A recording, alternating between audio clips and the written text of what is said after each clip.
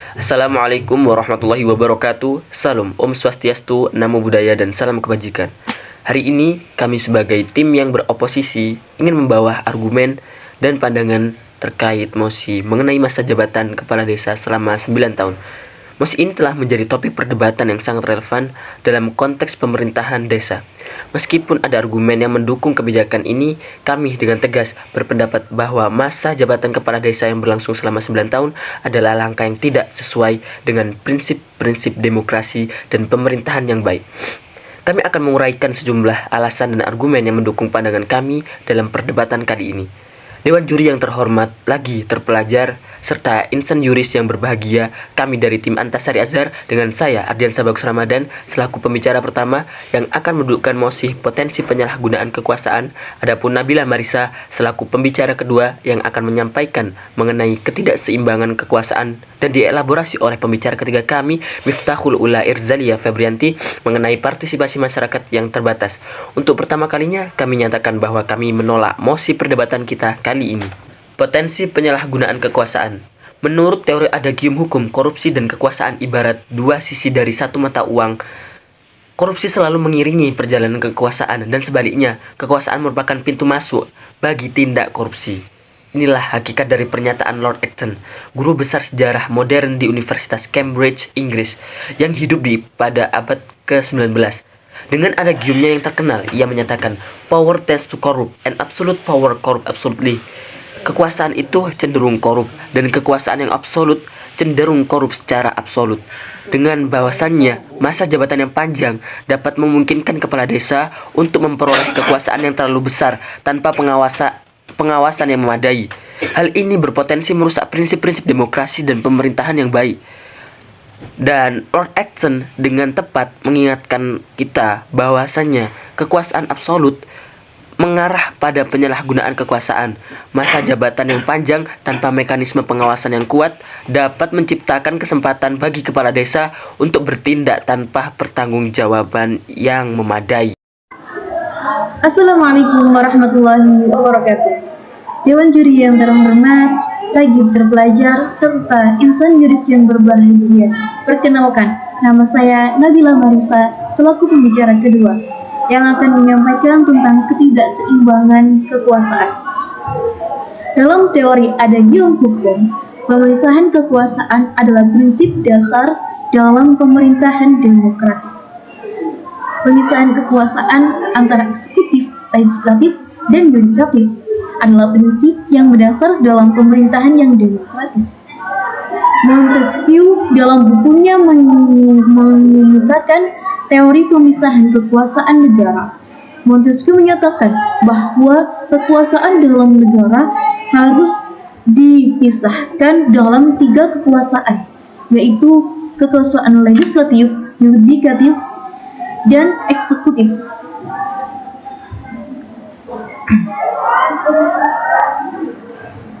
Pertama, kekuasaan legislatif yang membentuk undang-undang. Kedua, kekuasaan eksekutif yang melaksanakan undang-undang. Dan ketiga, kekuasaan yudikatif yang menjalankan kekuasaan kehakiman. Nah, masa jabatan yang lama itu dapat menciptakan ketidakseimbangan kekuasaan dalam sistem pemerintahan.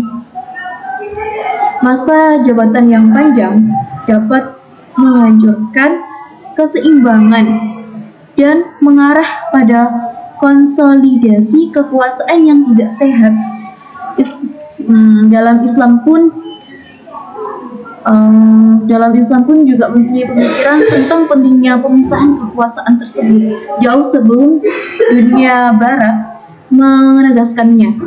Karena biasanya golongan yang memerintah sebagai pemegang kekuasaan yang lama itu mereka cenderung kepada penyalahgunaan kekuasaan. Apalagi bila kekuasaannya itu terkumpul dalam satu tangan dan satu badan, sehingga diperlukan adanya pemisahan kekuasaan. Nah, teori Montesquieu menunjukkan bahwa pemisahan kekuasaan antara eksekutif, legislatif, dan yudikatif adalah prinsip yang mendasar dalam pemerintahan demokratis. Nah, masa jabatan yang panjang dapat mengajarkan keseimbangan dan mengarah pada konsolidasi kekuasaan yang tidak sehat. Masalahnya sih bukan kepada siapa lama atau tidaknya ya, tapi biasanya kekuasaan itu tergantung kepada mereka yang memilih. Dan kita sebagai seorang yang memilih seorang pemimpin, akan baiknya kalau kita itu mengetahui latar belakang dulu seorang yang akan kita pilih seperti apa. Apakah dia seorang yang nantinya akan amanah, bertanggung jawab, dan menjalankan kewajibannya atas kekuasaan yang akan dia dapatkan. Dan cenderungnya biasanya orang kalau sudah diberikan kekuasaan, mereka akan cenderung kepada yang namanya korupsi. Nah, maka dari itu terkadang sebagai kita pemerintahan yang bersifat demokratis, tentang menentukan masa jabatan berapa lama itu kan biasanya sudah ada pada undang-undang. Ketika hal itu sudah disahkan sebagai pemerintahan yang demokratis, meski juga harus memerlukan persetujuan dari rakyatnya, yang mana rakyat juga mengacu dan sangat penting dalam kehidupan bernegara. Benar, seperti itu. Power tends to corrupt and absolute power corrupt absolutely. Ada gium yang mengatakan bahwa kekuasaan itu dekat dengan korupsi. Kekuasaan yang tidak terkontrol akan menjadi semakin besar, beralih menjadi sumber terjadinya berbagai penyimpangan. Assalamualaikum warahmatullahi wabarakatuh. Om Swastiastu, salam nama budaya, salam kebajikan. Dewan juri yang terhormat, lagi terpelajar dan insan juris yang berbahagia, perkenalkan nama saya Miftahul Ula Irzalia Febrianti sebagai pembicara ketiga yang akan melanjutkan konstruksi argumentasi yang telah disusun dengan sangat apik dalam ranah sosiologis, empiris, dan studi komparatif. Isu kepala desa yang menjabat selama 9 tahun menjadi kontroversi di kalangan masyarakat sebab menimbulkan implikasi negatif. Secara umum, sistem demokrasi desa dikelola secara demokratis, yang mana targetnya memberi kemajuan pada sebuah desa, tidak untuk memperkuat maupun memperpanjang kekuasaan. Maka dari itu, apabila seseorang kepala desa menjabat selama 9 tahun, hal ini sama saja tidak memberikan kesempatan pada pihak warganya untuk menjadi seorang pemimpin. Sementara itu, kepemimpinan sangat memerlukan rotasi agar tidak terjadi kejenuhan yang disebabkan lamanya masa kepemimpinan. Data dan studi empiris menunjukkan bahwa dalam beberapa kasus masa jabatan kepala desa yang terlalu lama telah menghasilkan rendahnya partisipasi masyarakat dalam proses pengambilan keputusan desa. Hal ini dikarenakan berkurangnya minat dalam proses pengambilan keputusan, bahkan mereka juga merasa suaranya tidak lagi didengar. Sehingga masa jabatan yang panjang berpengaruh dalam menghambat partisipasi masyarakat dan keterlibatan dalam proses pengambilan keputusan. Padahal partisipasi masyarakat adalah salah satu prinsip demokrasi yang fundamental. Lamanya masa jabatan kepala desa juga akan menjadi faktor pemicu kecemburuan sosial. Sehingga sebagai akibatnya di dalam lingkup desa pun dapat terjadi perpecahan bahkan perselisihan yang menyebabkan terancamnya kemakmuran warga desa itu sendiri, sehingga pemimpin desa divonis gagal dalam membawa kedaulatan dan kesejahteraan warganya.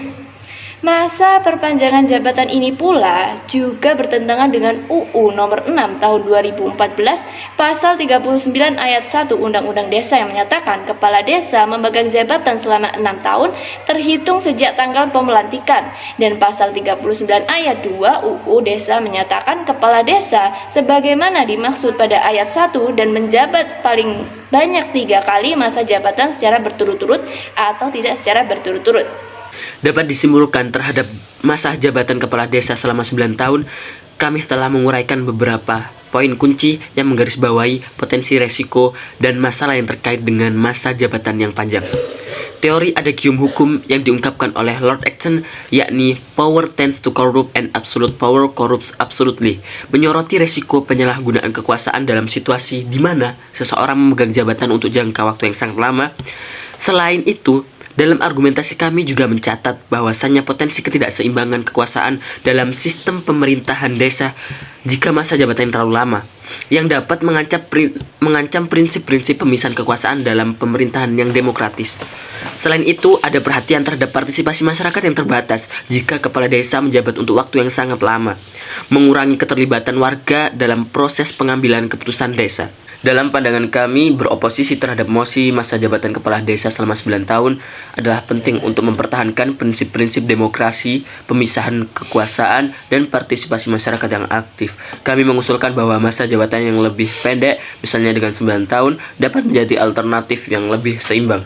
Ini akan memungkinkan rotasi kepemimpinan yang lebih teratur dan mencegah konsolidasi kekuasaan dan mendorong partisipasi masyarakat yang lebih besar dalam pengambilan keputusan desa.